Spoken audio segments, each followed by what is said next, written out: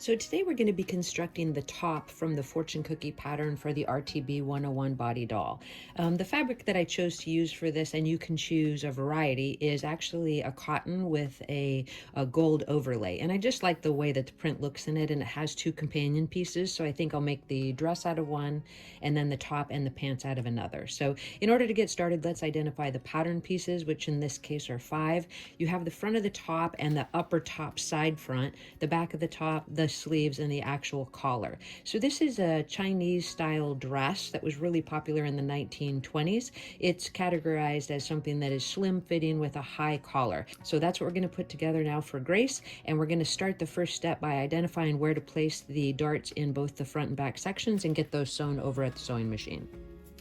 So to get the appropriate placement of the darts in the front and the back of the actual top, I went ahead and put a hole in the dart at the top and the bottom with my seam ripper, and then I just used a heat erasable marker to mark those dots onto the pattern pieces. And as you can see here, I have a pin at the beginning and end of each dart, and I'm going to get those sewn in place now.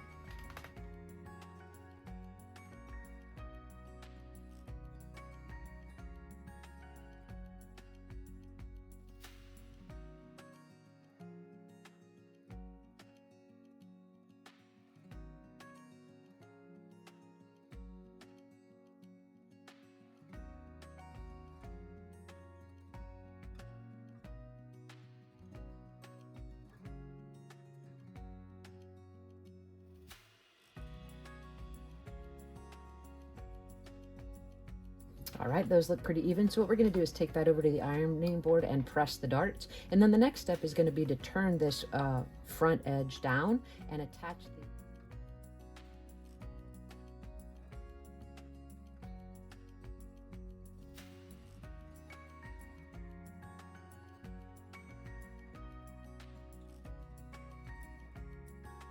Once you have this edge folded over, you're going to grab that right side and you're going to actually check the notches on the pattern piece. And right here, I just put a little heat erasable marker to remind myself where these two pieces are going to line up. And then I'm going to get it pinned in place. Once I have it pinned in place, I'm going to take it over to the sewing machine and I'm going to do a top stitch along that finished edge.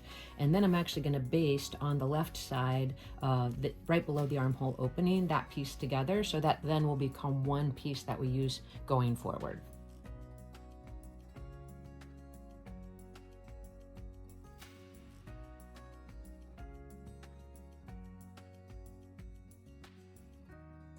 With that top stitching done, the next step is going to be to sew the front and back sections together at the shoulder seams.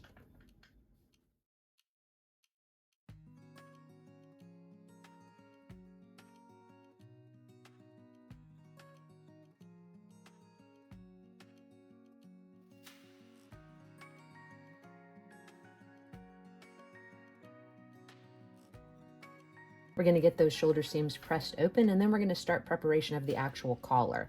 But let's not forget to baste this side here, which I almost did forget. So baste that side of the front right section right underneath the armpit there.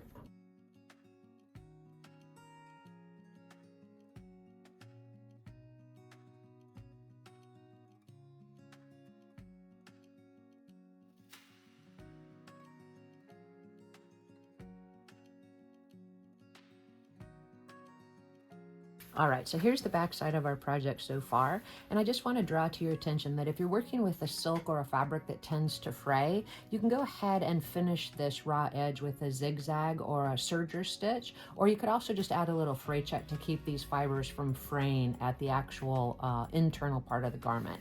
So that's the inside, and this is the outside, and everything's coming together just fine. At this step, I'd actually like to prepare the collar, and then we'll add the sleeves in after that. So what we're going to do is go over the sewing machine, put the collar pieces with right sides together, and sew around the full external edge minus the neck opening.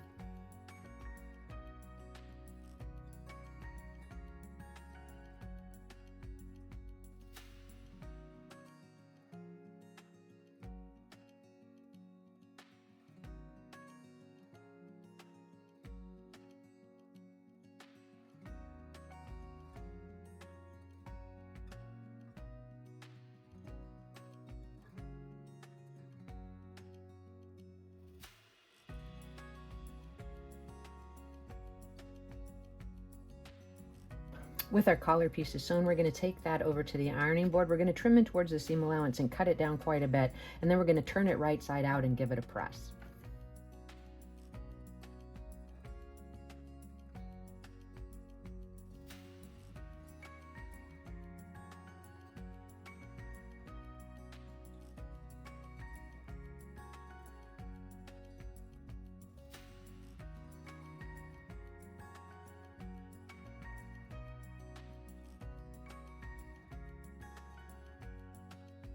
Once you have both of the collar pieces prepared, you're going to go back to the bodice and you're actually going to find the center front.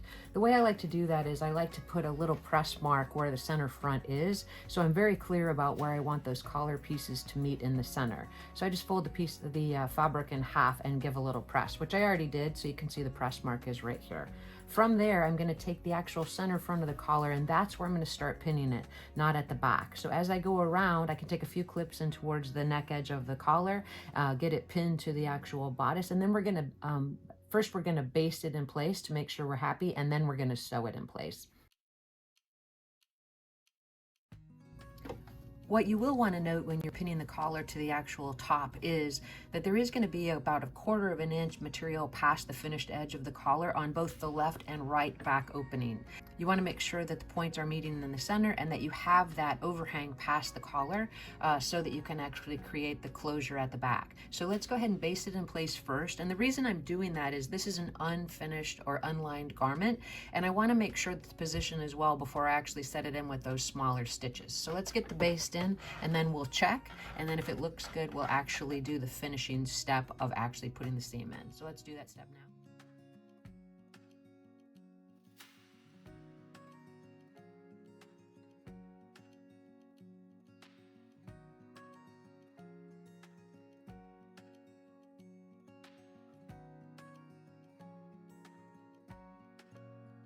So once we pull our pins out, we'll be able to see if we create any tucks or puckers at the back side of the collar, which obviously we don't want. And then, like I said, if we're happy with the placement and everything looks pretty decent, then we'll go ahead and do that actual seam. And so as you can see here, ooh, I almost got one there, but I didn't. It looks pretty decent all the way around. So I'm pretty happy. We do have the overhang, like I said, on both sides, and we'll check the back. And things look to be pretty good there as well. So you just want to be careful that you don't create any tucks across the shoulder. So I'm going to sew it from the back side now, just to keep an eye on what I'm actually doing, and then we'll move on to the next step.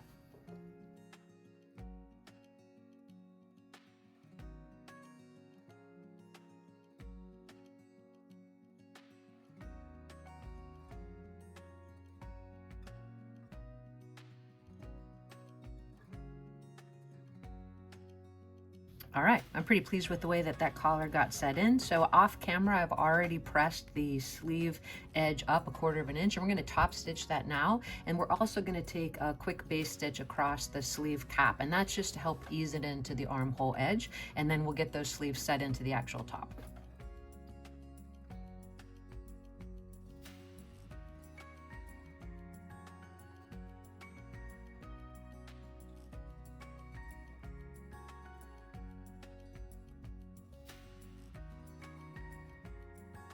And now we're just going to do the base stitch at the sleeve cap.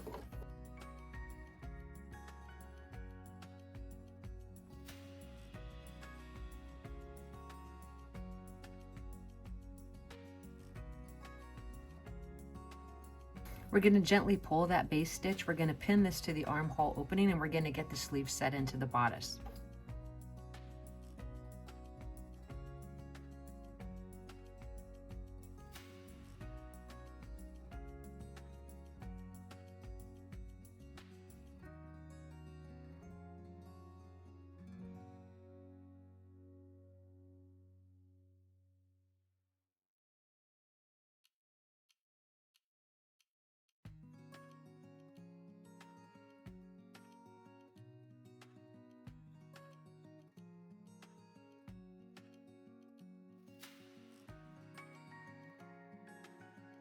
All right, we have both of our sleeves set, which is great. What I'm going to do next is I'm going to put a zigzag stitch across the back of both the right and left opening. And at this point too, if you felt like you would be more satisfied with the end result, you could do a top stitch along the collar just to hold that seam inside and to kind of give it a more finished edge. And I think I'm going to do that now. So you're going to turn the seam down, press it down, and then just do a close top stitch to the edge of that actual collar seam.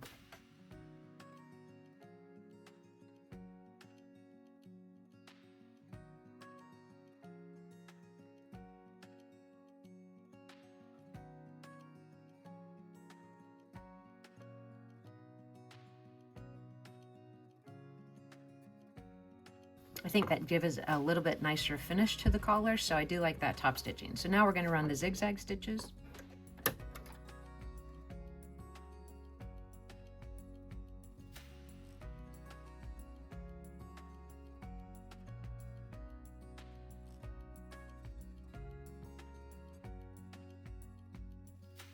All right, with that great progress we're making, the next step is going to be to put the blouse right sides together and sew the side seams. Please keep in mind that on the pattern there's an indication of where the actual hip slit is for the top. So I'm going to make sure to reinforce here where I have actually hit it with my heat erasable marker, and then we're going to get the garment turned right side out, and then we're going to get it hemmed.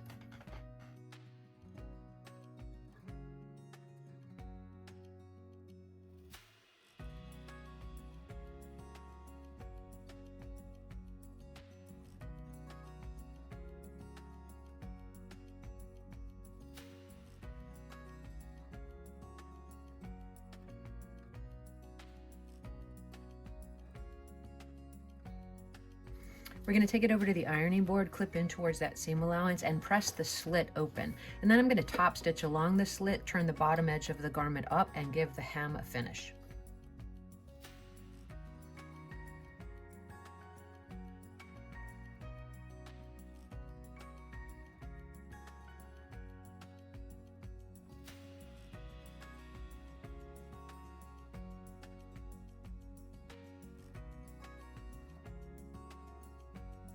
Now we're just going to turn that hem edge up 1/4 of an inch, and then we're also going to finish the hem, and then we'll sew the center back seam.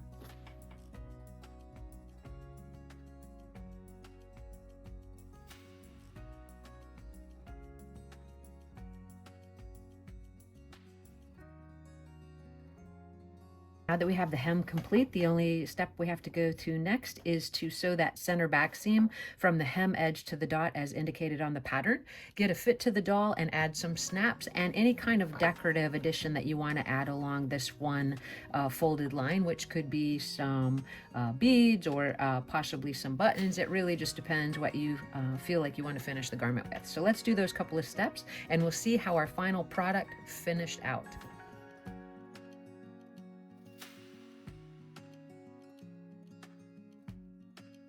So we have our center back seam sewn. We're going to fold the left back opening under 1/4 of an inch and give it a press, fit it to the doll, and get the snaps in place. So our fit model for this actual design is Grace Marie Fitzpatrick. She's an RTB 101 body doll that I received through the Virtual Doll Convention. She's one of Robert Tonner's dolls. And I've just put some pins in place to see how I like the fit so far. I think I'm going to loosen up the pattern just a little bit through the back of the torso just to make sure the fit's a little bit better and that collar piece comes together a little bit nicer. You'll notice the slits in the side right there, but overall I'm pretty pleased with the fit. What I'm going to do now is I'm going to make her a quick pair of pants to go with this actual top. I'm going to add a couple of decorative beads or buttons to that edge right there, and then we'll get the final pictures on the doll. Well, I'm super happy to say we've made it to the end of another fine video.